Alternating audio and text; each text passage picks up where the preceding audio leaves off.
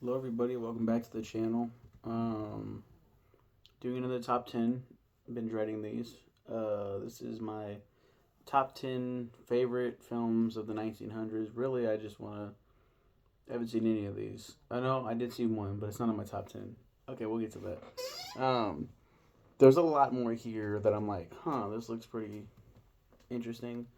There's like three different Dr. Jekyll and Mr. Hydes. There's The Hunchback, which is an unauthorized remake of the 1906 film Esmeralda. Hansel and Gretel. There's Les Mis at top here. Macbeth. There's a couple Macbeths. Um, a modern Dr. Jekyll. Interesting. Of course, a lot of things like that. The Pit and the Pendulum. That's crazy. Um, Teddy Roosevelt in Africa. Like, there's a lot of interesting titles here, but I think I got my 10. I'm actually just reading 1909 right now. Finishing up.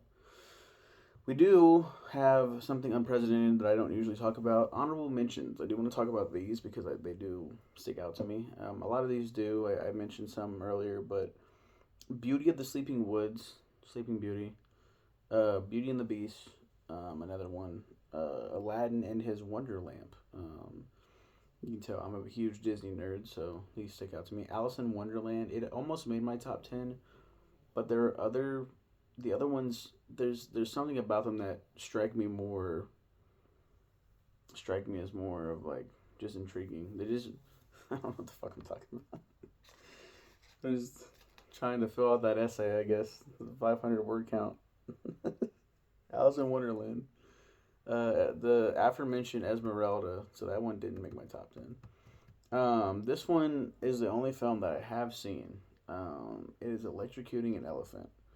And my God, what a terrible, terrible thing to put to film. It's a snuff film. Yeah, they kill this elephant named Topsy. Topsy like went crazy, I guess, or I don't remember what exactly happened, but they were like, well, we got to put this elephant to death, so they electrocute it, and it's silent. So luckily, you don't have to hear the screams. There's another one I saw too. Um, Man, a lot of elephant death videos, just very terrible. Should I make a should I review electrocuting an elephant? It's really terrible. Um, let's look at this top 10, shall we? Number 10 is The Night Before Christmas. So Alice in Wonderland was at this spot at first. But the still that I saw of Santa Claus waving and there's snow falling, I said that looks really, really intriguing. I like the makeup, the design, the suit and everything. It just a really good visual. I was like, I could fuck with that. The Night Before Christmas. Actually, yeah. Shit. What am I doing? Fuck what I just said. I just kind of gave this away. I just put that at number three. Um, Throw this entire list out the window because now number 10. It says 10, isn't it? 3, 4, 5, 6, 7, 8, 9, 10. Number 10 is Scrooge or Marley's Ghost. Yeah, I'm putting this one way lower. It's a Christmas Carol. Then so many people have done it. This may be the first, but I don't care. There have been so many. There's so many you can choose from. Like, okay, this one's good. This one's not. This one's whatever. So many fucking adaptations of this shit. So like, yeah, let's put that at number 10. I do not care. Um, Matter of fact, let's put that one lower too. That was originally my number one. I really didn't look at this list thoroughly. Number nine, that was number one, is now Red Riding Hood. I love the tale of Red Riding Hood. Why that's not my number one, not even close. A lot of these other films seem more interesting with how they do like their special effects and stuff. That's what really fascinates me. The how do they get away with doing the special effects around this time? Joan of Arc is number eight.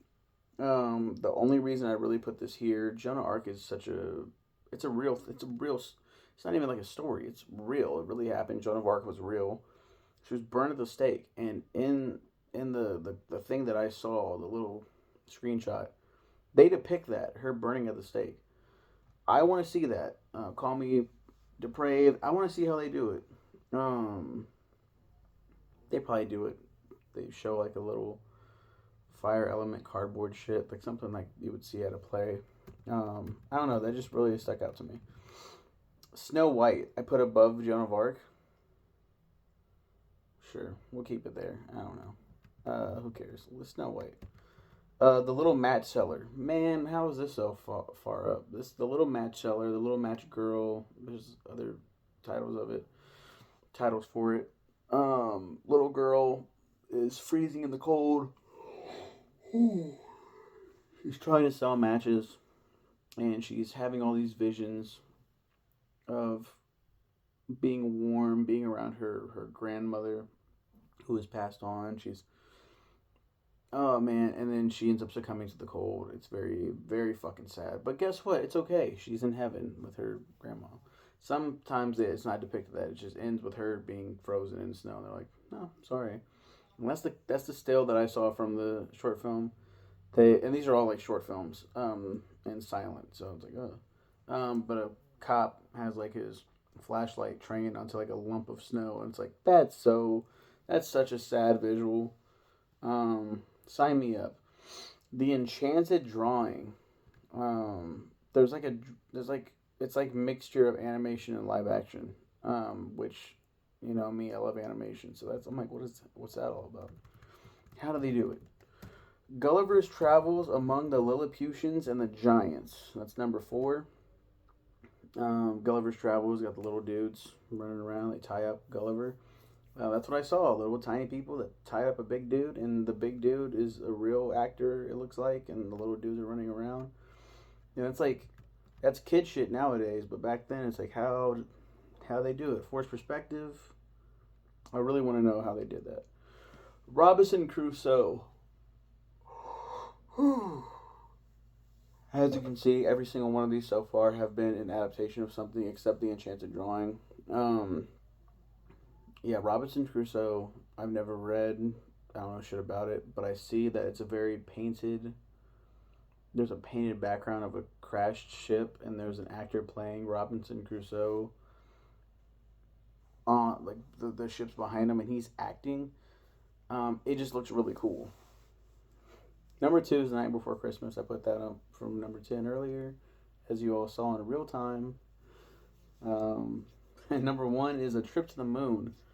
If you look this up, you'll see an image of a man's face in the moon with makeup to look like the moon, like this, and it's like a cigar or something sticking out of his fucking eye.